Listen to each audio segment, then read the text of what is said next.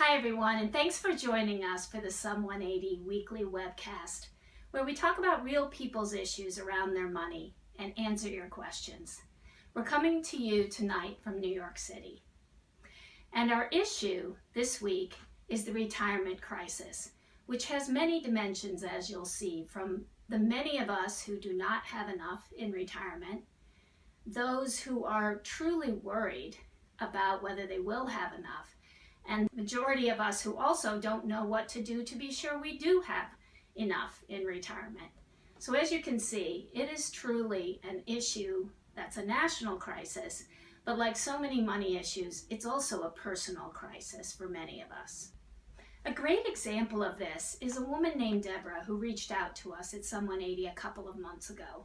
She's 63 years old and had recently had to stop working as a teacher because of a medical issue. During this period, her expenses were exceeding her income, and she was afraid that that was a harbinger of what was to come in her retirement years. She just felt very uncomfortable that she had enough for retirement. With the national trends, Deborah has every reason to be concerned.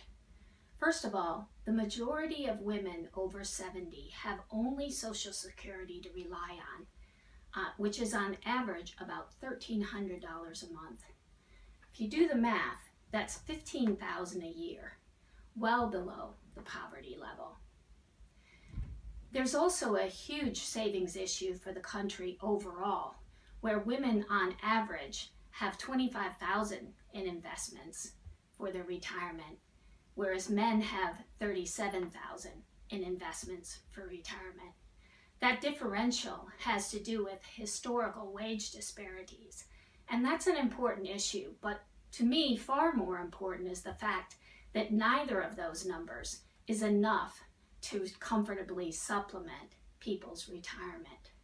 The good news is, for most people, there's a way to make it work with the right amount of planning.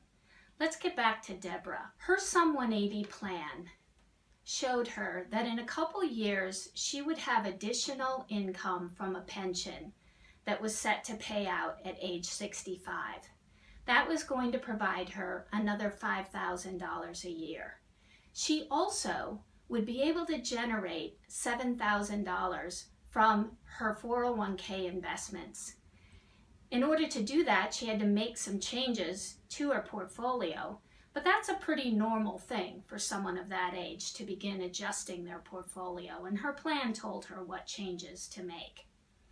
The third thing, of course, was her Social Security, which was a little bit higher than the $15,000 because of her work history. Actually, it's around $20,000.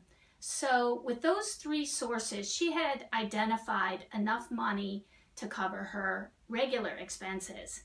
But there was one sort of secret weapon in her plan, and that was her home. Her home was worth around $300,000 with only a $24,000 mortgage on it.